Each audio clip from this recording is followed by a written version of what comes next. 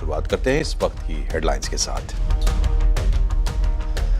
IMF ने बढ़ाया भारत का जीडीपी ग्रोथ अनुमान। FY26 के लिए ग्रोथ अनुमान 0.2% बढ़ाकर 6.6% किया, लेकिन FY27 के लिए ग्रोथ अनुमान 0.2% घटाकर 6.2% किया। LG इलेक्ट्रॉनिक्स इंडिया की दमदार लिस्टिंग 50% प्रीमियम के साथ NSE पर 1710 रुपए में लिस्ट हुआ। 54 गुना से ज्यादा सब्सक्राइब हुआ था IPO। मैनेजमेंट बोला सभी सेगमेंट में पकड़ मजबूत, ग्रोथ और बढ़ाने पर फोकस। निफ्टी एक्सपायरी के दिन बाजार में दबाव, शुरुआती तेजी के बाद बाजार गिरावट पर बंद। मिड कैप स्मॉल कैप शेयरों में रही बिकवाली, मेटल रियल्टी PSC शेयरों में दबाव। भारत में गूगल करेगी बड़ा निवेश, आंध्र प्रदेश में विशाल डेटा सेंटर और AI हब बनाने की तैयारी। दिल्ली में गूगल और आंध्र सरकार के बीच MOU साइन, अगले 5 साल में गूगल करेगी $15 अरब का इन्वेस्टमेंट। PM मोदी बोले गूगल का निवेश विकसित भारत के विजन के अनुरूप। दिवाली से पहले जहरीली हुई दिल्ली की हवा, AQI पहुंचा 200 से 300 के बीच, ग्रेप 1 लागू। 7 करोड़ से ज्यादा PF अकाउंट होल्डर्स के लिए बड़ी राहत, अब शिक्षा, शादी और इलाज जैसे जरूरी खर्चों के लिए निकाल सकेंगे 100% तक रकम। EPFO ने सरल किए नियम। बिहार चुनाव के लिए बीजेपी की पहली लिस्ट में 50% से ज्यादा सीटों पर OBC, EBC और SC/ST समाज के लोगों को टिकट। मैथिली ठाकुर हुई बीजेपी में शामिल। हरियाणा में एक हफ्ते में दूसरे पुलिस अफसर ने की खुदकुशी। रोहतक में जांच अधिकारी संदीप लाठर ने सुसाइड से पहले IPS पूरन कुमार को बताया भ्रष्टाचारी, जातिवाद का सहारा लेकर सिस्टम को हाईजैक करने का लगाया आरोप। और दिवाली से पहले दिल्ली की हवा जहरीली होनी शुरू हो गई है। दिल्ली का एयर क्वालिटी इंडेक्स 200 से 300 के बीच पहुंच गया है, यानी दिल्ली में वायु प्रदूषण गंभीर स्तर पर है। इसी के साथ दिल्ली में GRAP ग्रेप 1 लागू कर दिया गया है। ज़्यादा डिटेल के लिए हमारे साथ हैं संवाददाता असीम मनचंदा। बताएं असीम, ग्रेप 1 लागू होने से क्या होगा और प्रदूषण स्तर क्या है? अक्टूबर महीने की शुरुआत हो चुकी है और ये वही महीना है जब दिल्ली की हवा थम जाती है और प्रदूषण बढ़ने लगता है। और अब ऑलरेडी अगर मैं बात करूं तो एयर क्वालिटी इंडेक्स 201 से लेकर के 300 के बीच में पहुंच गया है। इसका मतलब कि हवा काफ़ी पुअर हो गई है और इसको देखते हुए ग्रेप 1 लागू ऑलरेडी कर दिया गया है। ग्रेप 1 में बहुत सारी रिस्ट्रिक्शंस लग जाती है। सबसे पहले तो अगर आप कोई कंस्ट्रक्शन एक्टिविटी कर रहे हैं तो आपको उसको मॉनिटर करना पड़ेगा, इंतजाम करने पड़ेंगे कि वहाँ से कोई भी धूल ना उड़े। ग्रेप 1 में डीजल जनरेटर जो है उनके चलने के ऊपर रोक लगा दी जाती है। ग्रेप 1 में लकड़ी और कोयले का जलाने के ऊपर प्रतिबंध लगा दिया जाता है। और इसके साथ एक सबसे बड़ी बात, ग्रेप 1 के अंदर पटाखों की जो मैन्युफैक्चरिंग है, स्टोरेज है और उसकी सेल के ऊपर पूरी तरह से रोक लगा दी जाती है। दिवाली बहुत जल्दी आने वाली है। दिल्ली सरकार ये चाहती है कि जो सुप्रीम कोर्ट है वो पटाखों को अलाउ करे। हालांकि सुप्रीम कोर्ट ने इस मामले में जो सुनवाई करने के बाद अपना आदेश सुरक्षित रख लिया था और अपना आदेश बहुत जल्दी ही सुनाएगा। लेकिन हमें ये भी देखना होगा कि खासतौर पे कि फिलहाल जिस तरह से ग्रेप 1 लागू हो गया और इस ग्रेप 1 के अंदर जो पटाखे हैं उनकी बिक्री और स्टोरेज के ऊपर पूरी तरह से रोक लगती है, तब देखना होगा कि सुप्रीम कोर्ट इसके ऊपर किस तरह से फाइनल फैसला लेता है। क्योंकि हवा की क्वालिटी ऑलरेडी पुअर हो चुकी है और मौसम विभाग के मुताबिक अगले कुछ दिनों तक हवा की क्वालिटी पुअर ही रहेगी। शुक्रिया असीम। बढ़ते हैं आगे और अब बात करते हैं बिहार चुनाव की।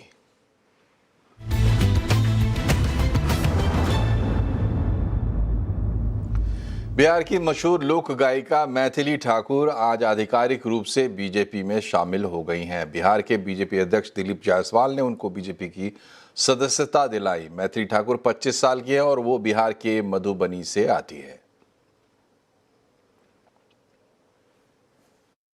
संगीत मुझ में है, मैं संगीत में हूँ। और मैं संगीत से बिल्कुल भी अलग नहीं हुई हूँ। मैं प्रधानमंत्री जी से बहुत प्रभावित हो करके यूथ हूँ और यूथ को रिप्रेजेंट करती हूँ, एक महिला हूँ, महिलाओं को रिप्रेजेंट करती हूँ। तो मैं बस प्रधानमंत्री जी के जो विकसित भारत के सपने हैं उसको साकार करने के लिए उनको दम देने के लिए आई हूँ। जिस तरीके से विमेन एम्पावरमेंट की बात करते हैं, यूथ की बात करते हैं, तो यूथ का क्या कंट्रीब्यूशन है हमारे देश के पॉलिटिकल चीज़ों में। सब लोग बहुत ज़्यादा आंख बंद करके, कान बंद करके रहते हैं, लेकिन हम लोग को ज़्यादा सजग होना होगा। तो ये चीज़ें हैं जो मेरे दिमाग में हैं। बिहार चुनाव के लिए बीजेपी ने उम्मीदवारों की पहली लिस्ट जारी कर दी है। पहली लिस्ट में 71 उम्मीदवारों के नाम है। तारापुर से सम्राट चौधरी, लखीसराय से विजय कुमार सिन्हा, दानापुर से रामकृपाल यादव को टिकट मिला है। पार्टी ने अपनी पहली लिस्ट में 9 महिला उम्मीदवार घोषित किए हैं। चर्चित बेनीपट्टी सीट पर मौजूदा विधायक विनोद नारायण झा को ही पार्टी ने टिकट दिया है। यहीं से गायिका मैथिली ठाकुर के चुनाव लड़ने की अटकलें चल रही थी।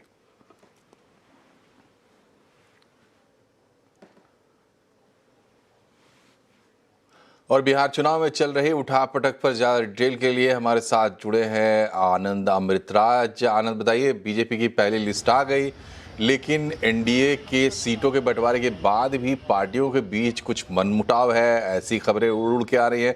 महागठबंधन में अभी सीटों का बंटवारा ही अटका हुआ है, चल क्या रहा है? देखिए, पहले मैं बात कर दूं मनोज की एनडीए के बारे में। तो एनडीए की तरफ से सीटों का जो मामला फंसा हुआ था, सुबह में लगभग 12 साढ़े 12 बजे के आसपास जो भी एनडीए के बड़े नेता थे उन्होंने एक साथ पोस्ट करके ये एक स्वर में कहा कि एनडीए में सब कुछ ऑल इज वेल है और ऑलमोस्ट तमाम बातें हो गई हैं। और सबसे इंटरेस्टिंग है कि उसके कुछ घंटे के बाद बीजेपी ने अपने उम्मीदवारों की लिस्ट मार के ठीक बाहर है और जेडीयू ने भी अपने उम्मीदवारों को बुलाकर सिंबल देना शुरू कर दिया और लगभग 35 से ज्यादा लोगों को सिंबल दे दिया गया है। जाहिर सी बात है, दोनों बड़े गठबंधन के सहयोगी हैं बीजेपी और जेडीयू, उन्होंने अपने उम्मीदवारों को फाइनल कर लिया है और कहां से जेडीयू लड़ेगी, कहां से बीजेपी लड़ेगी, ये भी तस्वीर साफ हो चुकी है। और अब से कुछ देर पहले जीतन राम मांझी ने भी अपने 6 उम्मीदवारों की लिस्ट न सिर्फ जारी की बल्कि सिंबल भी दे दिया है। अब उपेंद्र कुशवाहा के बारे में जानकारी मिली कि कल वो अपने उम्मीदवारों को सिंबल देंगे और अभी भी जानकारी मिली कि चिराग पासवान जो हरियाणा में थे अभी दिल्ली पहुंचे हैं और जिन्हें भी उम्मीदवार बनाना है उन तमाम लोगों को दिल्ली कॉल कर लिया गया है। यानी एनडीए में अगर आप देखें तो जो भी परिस्थितियां दिख रही थी, जो भी बातें आ रही थी कि एनडीए में सीट को लेकर काफी गहमागहमी है और खासकर उम्मीदवार को लेकर कि कौन सी सीट कहां पे किसे मिलने वाला है, वो तमाम बात धीरे धीरे खत्म होती दिख रही है और एनडीए में सब कुछ ठीक ठाक नजर आ रहा है और एनडीए में जो भी उम्मीदवार है उन्हें सिंबल भी मिलना शुरू हो गया है। दूसरी तरफ महागठबंधन की बात करें तो महागठबंधन में दिल्ली में सीएसी की जो बैठक हो रही है, सीसी की बैठक में बहुत कुछ निर्भर करता है कि कांग्रेस इस पूरे मामले को लेकर क्या कुछ फैसला लेती है, क्योंकि कांग्रेस के बारे में अब तक साफ नहीं हुआ है।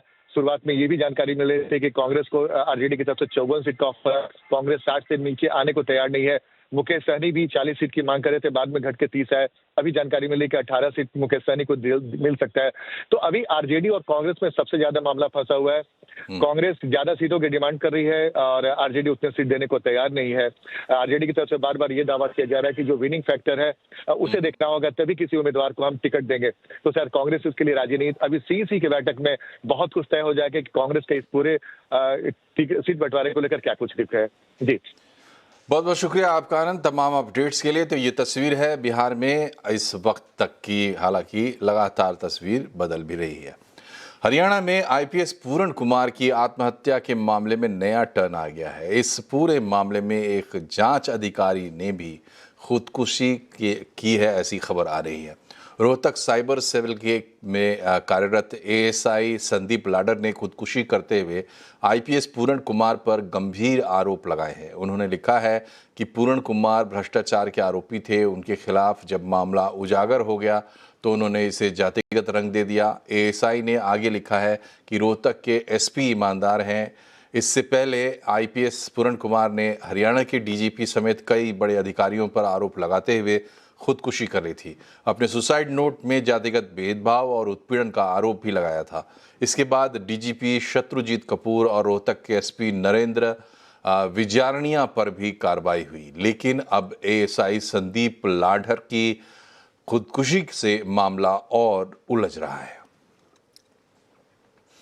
हरियाणा में आईपीएस अफसर पूरन कुमार की कथित तौर पर आत्महत्या के मामले में सियासत भी गर्म हो रही है। लोकसभा में नेता प्रतिपक्ष राहुल गांधी ने आज चंडीगढ़ स्थित पूरन कुमार के आवास पर मुलाकात की। राहुल गांधी ने आईपीएस अफसर की आत्महत्या को लेकर बीजेपी और हरियाणा सरकार को घेरा। उन्होंने प्रधानमंत्री नरेंद्र मोदी और मुख्यमंत्री नायब सिंह सैनी से मामले में तत्काल कार्रवाई की मांग की है। सर्विंग ऑफिसर हैं, तो ये एक सर्विंग ऑफिसर हैं। आप समझते हो, देश समझता है कि इन पे कैसे प्रेशर्स आ सकते हैं। कार्रवाई होनी चाहिए और इमीडिएटली इन अफसरों पर एक्शन होना चाहिए। एक्शन होना चाहिए, आप अरेस्ट कीजिए। इधर एलजेपी रामविलास के नेता चिराग पासवान ने भी इस मामले में कार्रवाई की मांग की है। चिराग पासवान ने पीड़ित परिवार से मुलाकात की। उन्होंने कहा कि उनकी बात राज्य के मुख्यमंत्री से भी हुई है। सख्त कार्रवाई की जा रही है, दोषियों को बख्शा नहीं जाएगा। तरीके से ये दुखद घटना घटी है, इसने कहीं ना कहीं, इस घटना ने समाज की उन कुरीतियों को उजागर करने का काम किया,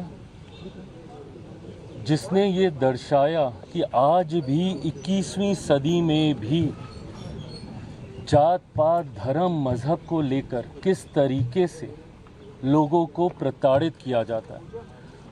उनकी जाति के आधार पर उनके साथ भेदभाव किया जाता है, और ये कहीं ना कहीं इस समाज के लिए ही नहीं, पूरे देश के लिए चिंता का विषय है।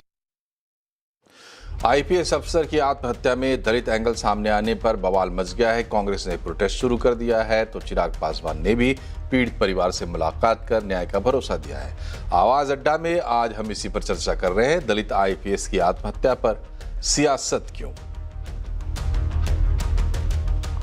आईएमएफ यानी इंटरनेशनल मॉनेटरी फंड ने भारत के लिए अच्छी खबर आई है। आईएमएफ ने FY26 यानी मौजूदा वित्त वर्ष के लिए भारत का जीडीपी ग्रोथ अनुमान 0.2% बढ़ाकर 6.6% कर दिया है, लेकिन FY27 के लिए भारत का जीडीपी ग्रोथ अनुमान 0.2% घटाकर 6.2% कर दिया है।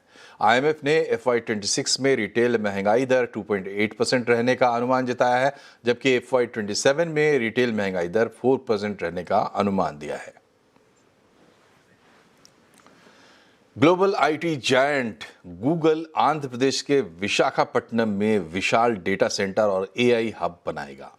आज भारत एआई शक्ति समारोह में गूगल के सीईओ सुंदर पिचाई ने ऐलान किया कि इस पर 5 साल में $15 अरब यानी भारतीय रुपए में 1.25 लाख करोड़ से ज्यादा का निवेश किया जाएगा। तैयार होने पर विशाखापट्टनम अमेरिका के बाहर गूगल का सबसे बड़ा हब होगा।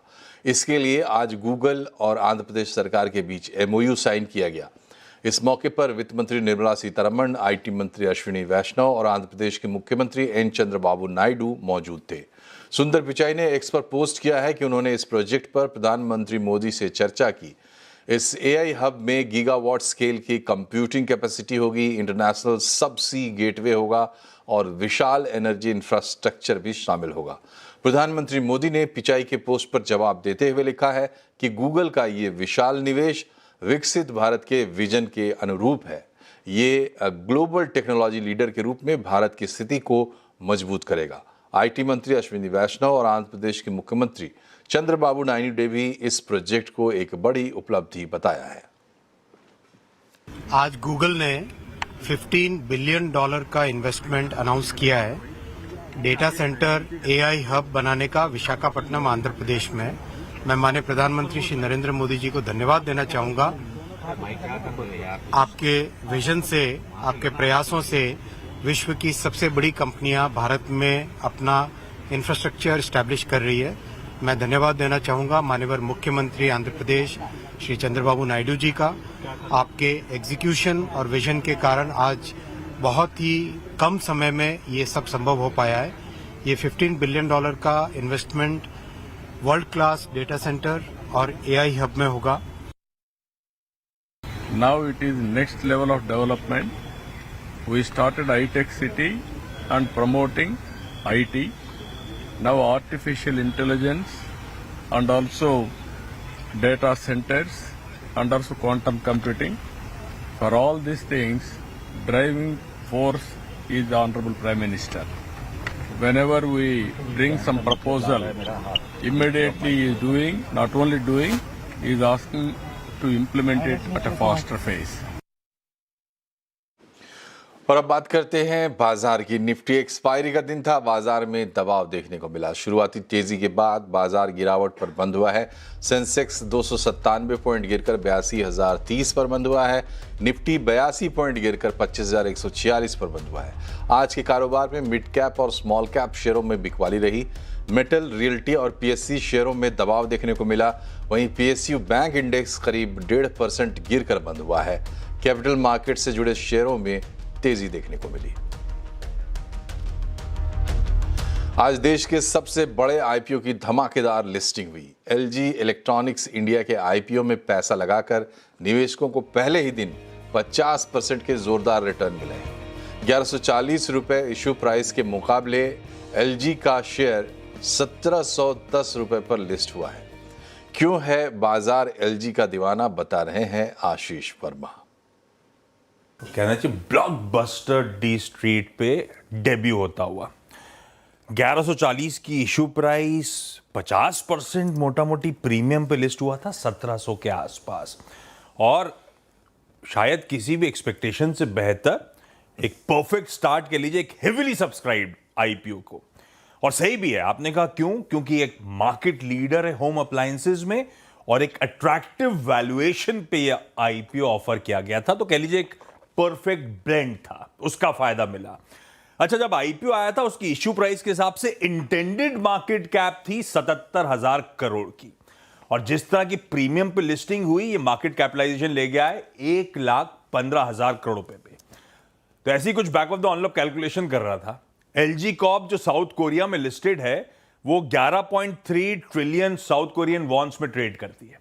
इंडियन करेंसी में लेकर आई है तो 70,000 करोड़ रुपए के आसपास तकरीबन इस समय कामकाज करती हुई, और अब उसी की एक लिस्टेड सब्सिडरी 60% प्रीमियम पे अपने साउथ कोरियन पेरेंट से ट्रेड करती हुई आपको नजर आएगी।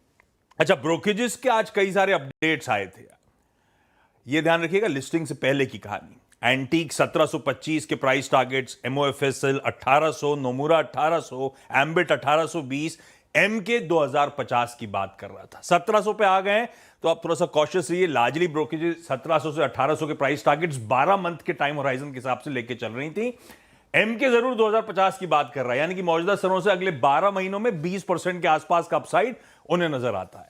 अच्छा, ब्रोकरेज को अट्रैक्टिव क्यों लग रहा था? कोई मोतीलाल ओसवाल कह रहा था कि इसके स्ट्रॉन्ग फंडामेंटल्स हैं, रिटर्न रेशियोज अच्छे हैं, तो हमेशा हायर मल्टीपल्स कमांड करेगा, और कर भी रहा है इस समय।